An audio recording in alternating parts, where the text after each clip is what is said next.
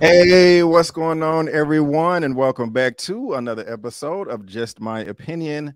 Thank you so much for tuning in. We really do appreciate it. I'm not by myself. I got my boy Lamont Tyson with Life Gains. How you doing, sir? How you doing? I'm doing good, my brother. How about you? I'm doing pretty good, man. I'm doing pretty good. Thank you so much for being here, sir. I do appreciate that as well. And guys, we are here. We're trying to run through these Oscar nominated films. Of course, you can see the background, you can see the banner.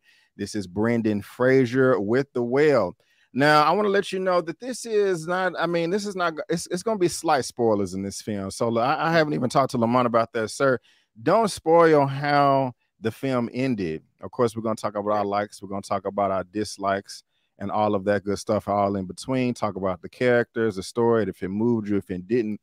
But slight, you can talk up, you can be a little specific in the middle of the film, but there's kind of just follow my lead. There's just some things that I don't want the audience to know by us spoiling it. I think that they will have a better time if they experience some of the things fresh. And so that should kind of go ahead and give you a hint about how I felt about this film. But we got this Oscar nominated film right here titled The Whale. And this is being directed by Mr. Darren. And actually, I'm jumping too far ahead. If you love what me and Lamont has to say, you can follow both of us on social media. Our handles are on the screen. His information is in the description box of this video. And like always, you can head over to my channel tab and bam, he is right there, that top row in the middle. This is what his channel looks like right here. And so let's help this gentleman get to 150,000 subscribers. You know, I'm pretty sure Lamont would like that. Is that correct, sir?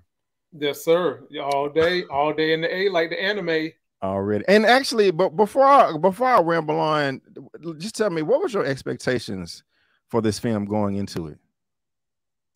I expected it to be kind of emotional.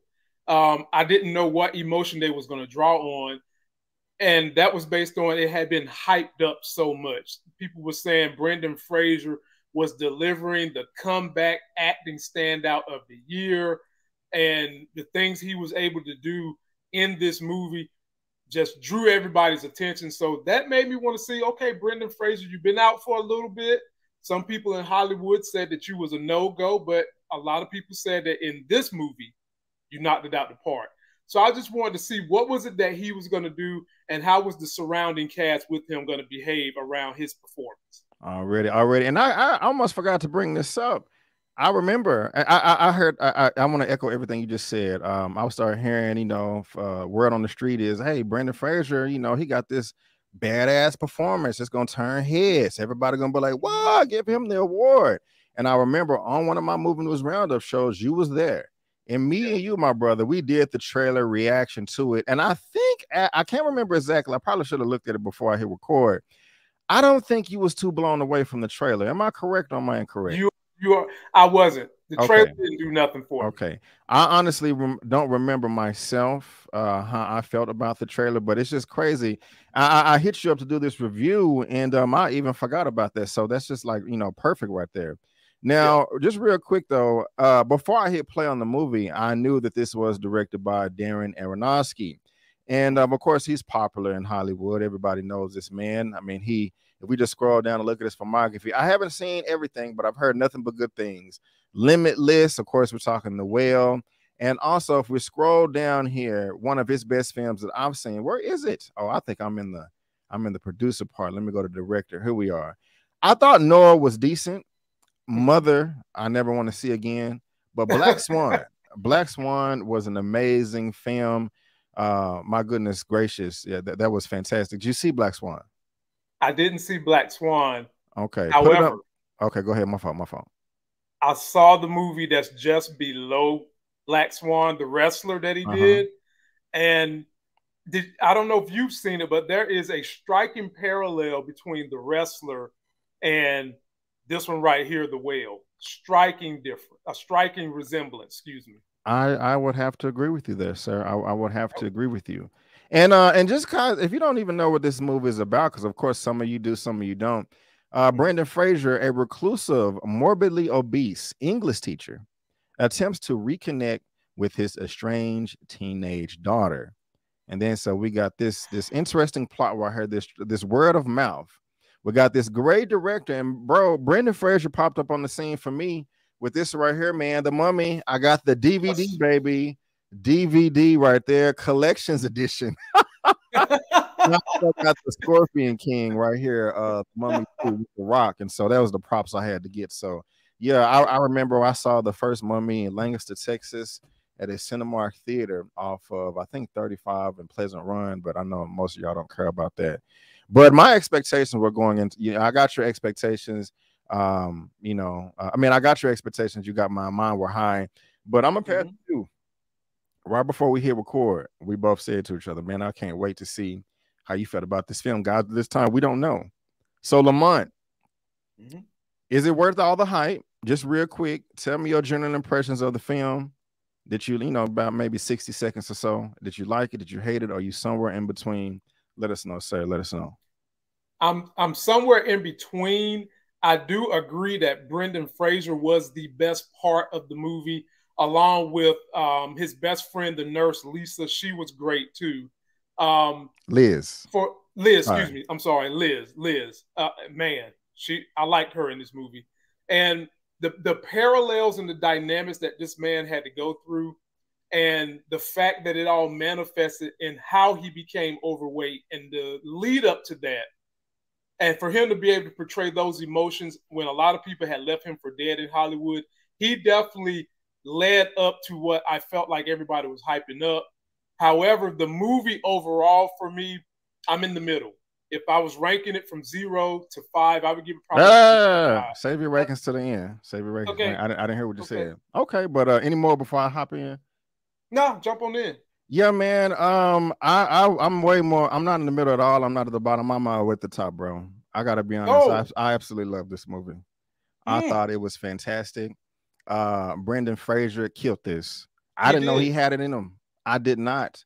I was all over the place with emotions while I was watching this. Just some of the times I was just smiling ear to ear, like, wow, he is really killing it right now. And then there was other times to where he was scaring me, and I did not know what to. I had to watch it like this because I was just so uncomfortable. You know, I was sympathizing with him, trying to empathize with him. I was mad at him. I was frustrated with him. I liked him. I loved him. I mean, I was going through all of these things, watching this man pour out his soul on screen. And Darren Aronofsky, the director of this, you directed a great picture, man. This is actually, I'll go ahead and say this, man. This is one of the best films, and we're filming this in 2023, but this came out in 2022, 1 hour and 57 minutes, rated R. I would say this is one of the better films that I've seen all of 2022. I'll say my rating for the end, man, but I was blown away by this, man. I really was. I am disappointed, actually. I have this article right here with Variety. This is the list of the Best Picture nominations, and we have 10. And I'm disappointed that that the Whale is not there.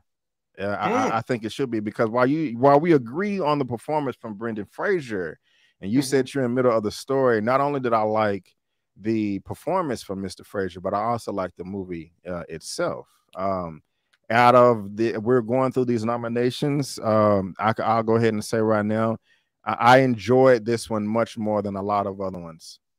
Okay. I really did. Some of them I was entertained with, and I was okay, this is good, yada yada, but it kind of feels like a chore. I did not feel that way with The Whale. I can actually see, I mean, the other nominated films that we'll talk about in other videos, I'm glad I watched them, and I gained some perspective, and but I don't think I would want to watch them again. I would definitely watch this movie again.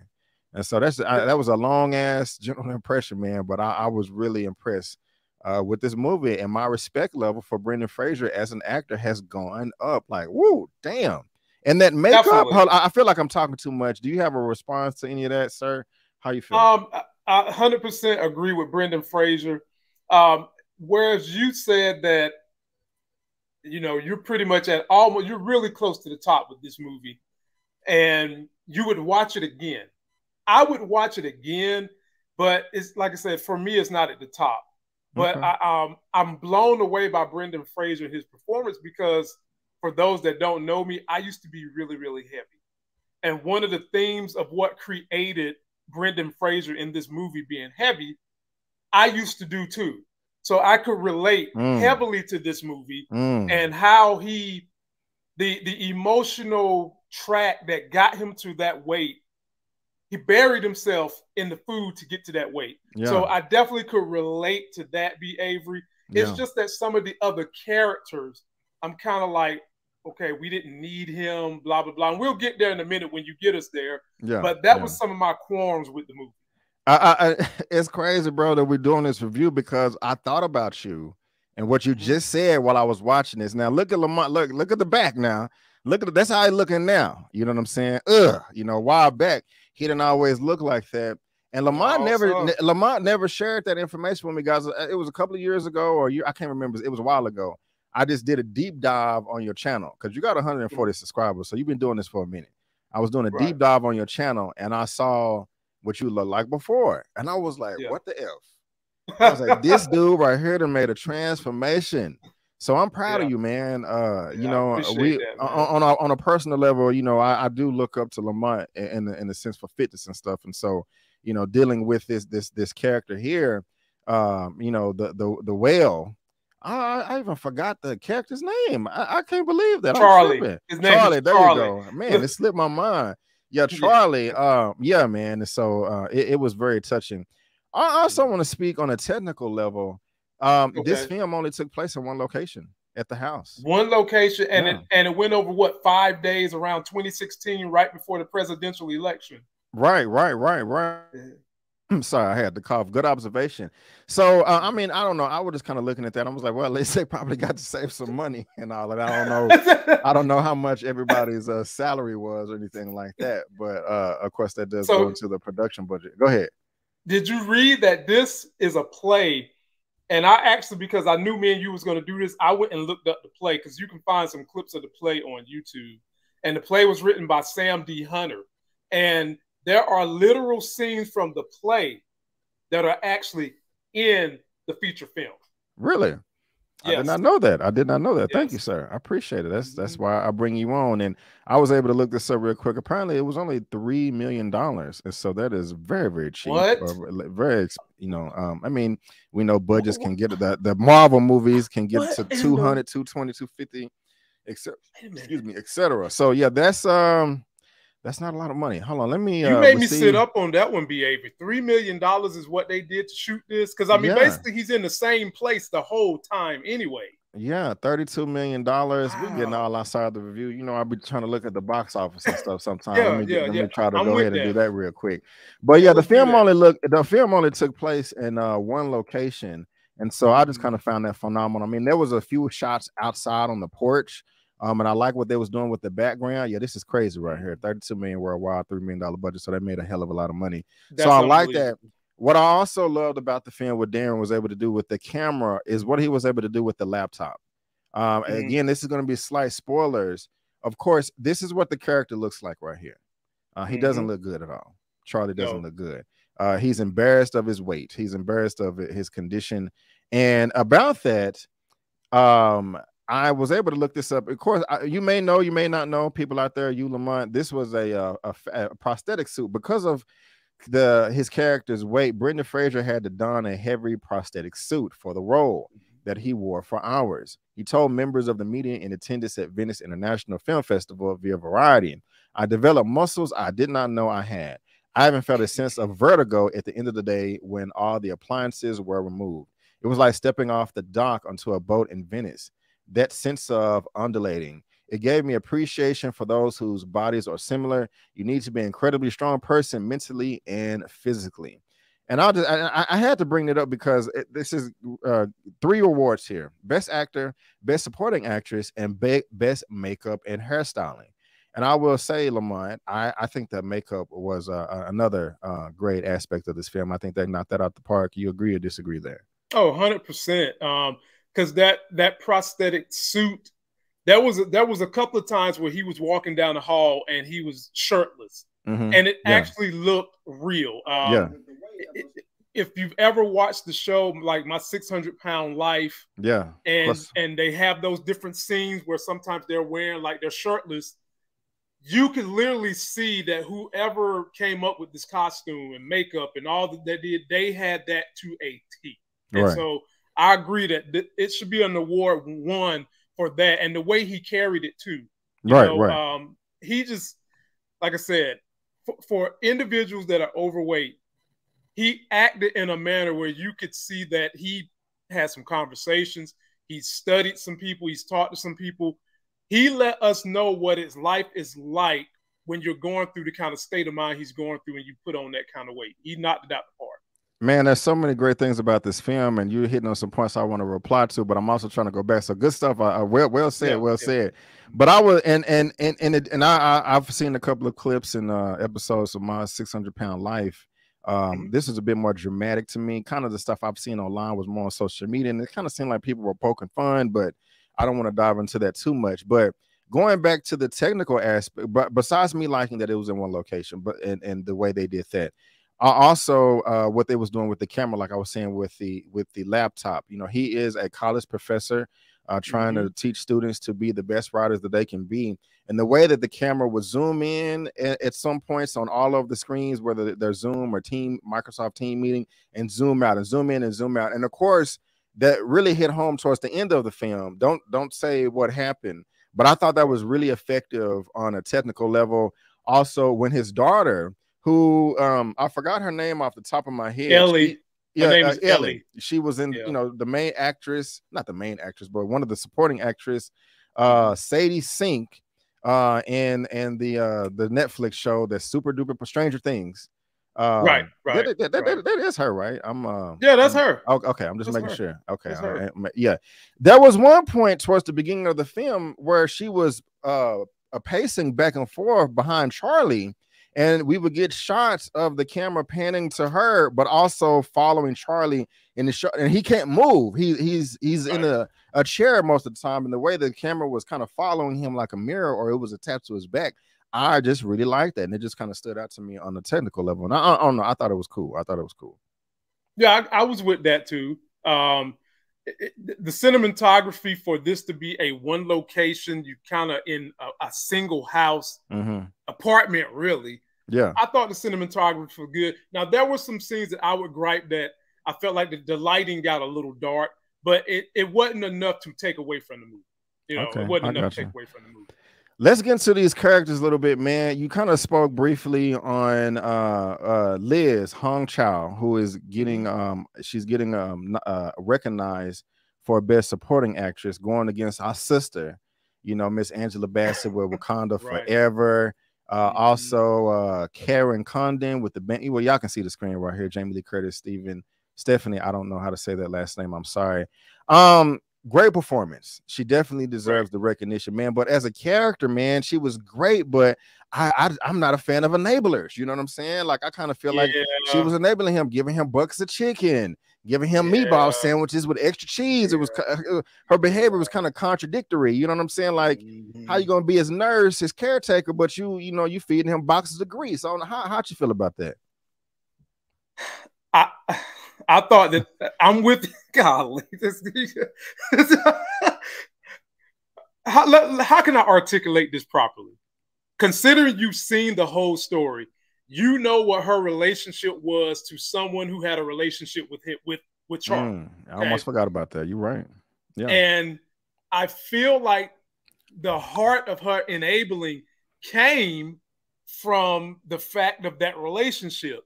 But and she kind of felt some grief there and felt like she needed to give this man the love, and for him, the love that she felt like she was giving him the thing that made him happy, which was food. Right. But at the same time, that was wrong because you know this man had congestive heart failure. Right. You one time had to save this man from almost swallowing a hot dog whole. Yeah.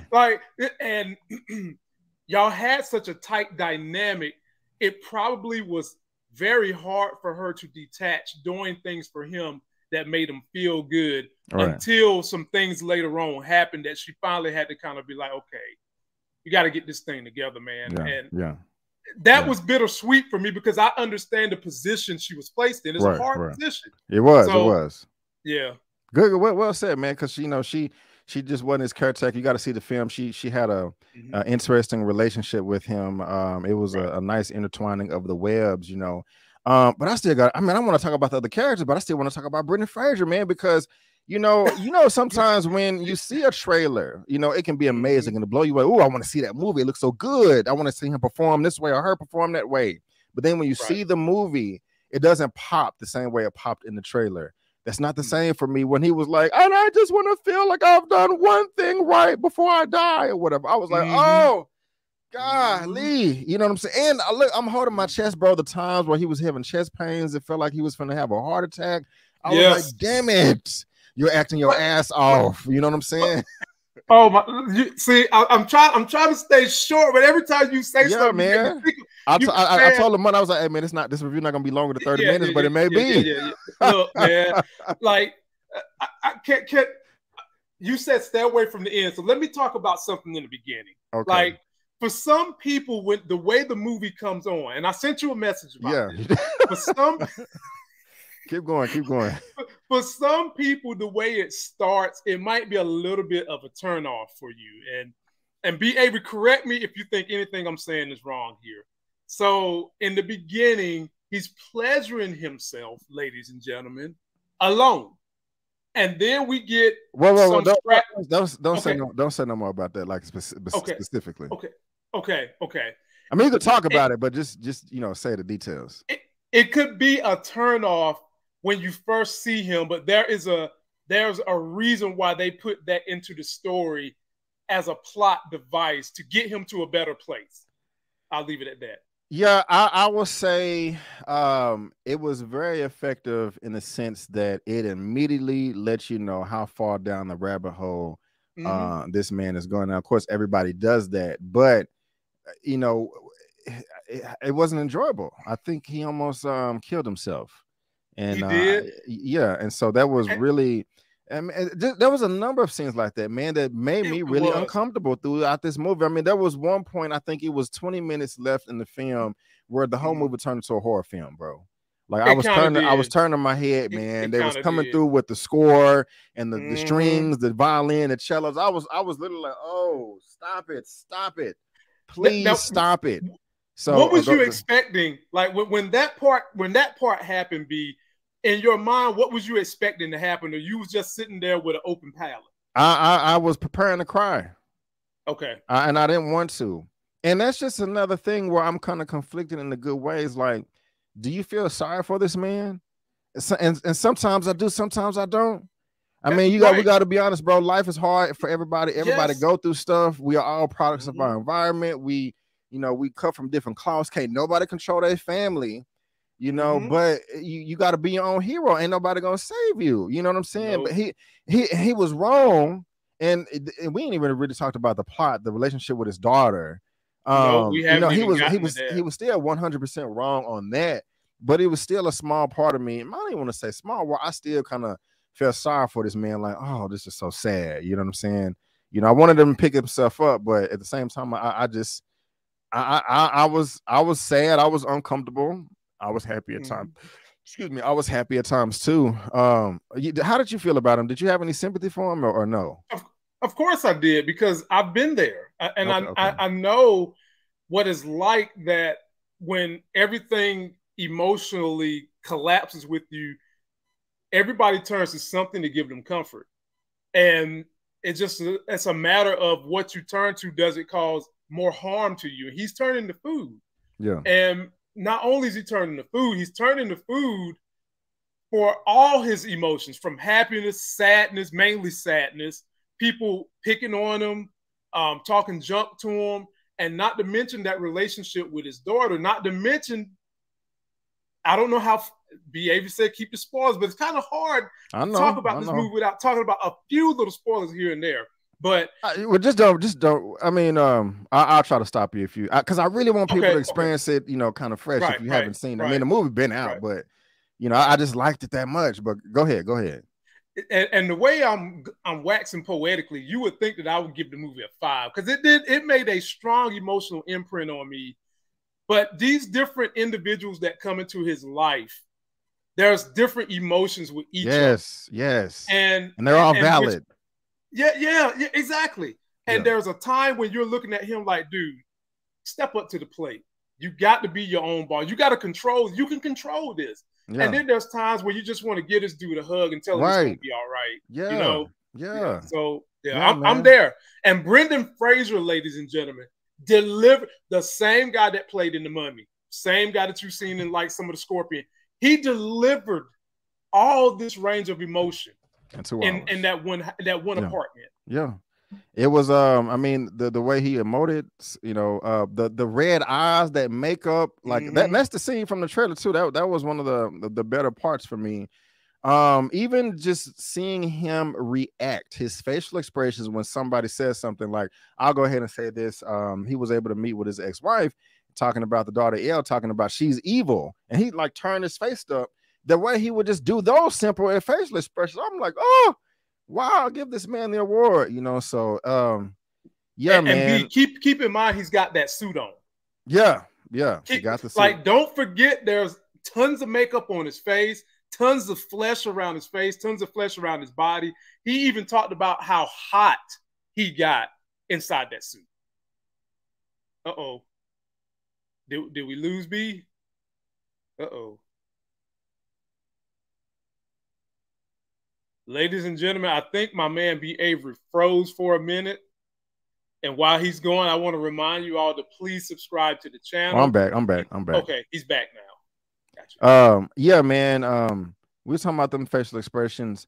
Again, like you said, I love the conclusion of the conversation that he was able to have with somebody important to him at the very end. They had like a little one-on-one. You know, everybody did a great job in here, even Thomas, even Dan from the delivery guy. You know, it was great, man. And so if you had to rate this film out of a 1 out of 10 or whatever your rating system is, man, what would you give it? I would give it an 8 for sure. But if I was, you know, if I was doing 0 to 5, I'd get it probably like close to a 4. But if I'm doing 0 to 10, I would definitely give it an 8. I give it an 8. Okay. Like I said, there was that whole story. There are some nitpicky things I didn't like, is why I'm not giving it a 10. I would have to give it a 10 easy, man. Easy 10? Easy. 10. Only other 10. Yeah, only other 10 I gave in 2022 was Top Gun Maverick. No, and until. Okay. So this is my third 10 for 2022. God, so you didn't have no problems with Dan from the Gambino Pizza? No, I didn't have no. I'll just stop here. I didn't have no issues with this movie. I didn't have no issues. I love this film, guys. If you have not seen The Whale with Brendan Fraser, you need to get on it, in my humble opinion, because it's just that amazing to me. It really is. Definitely I really enjoyed this more than a number of the other Oscar-nominated films, and so I hope that he wins. Well, I can't say that because I still have other films to watch for best actor, but we'll see. But I don't know who am I calling you. Before we head out of here, Lamont, y'all subscribe to his channel. What you got going on over here that all the good people can look forward to? Ladies and gentlemen, I'm reviewing a show called Your Honor that a lot of people aren't watching. It comes on Showtime. It's in season 2, and it's been great drama as a TV series. I'm also still doing BMF. Power's getting ready to come back on March 17th, so you go ahead and get yourselves ready for that. And I think I might go ahead and jump out there and do Succession this year. A lot of people have been asking me to put my special stank on that show and make it pop.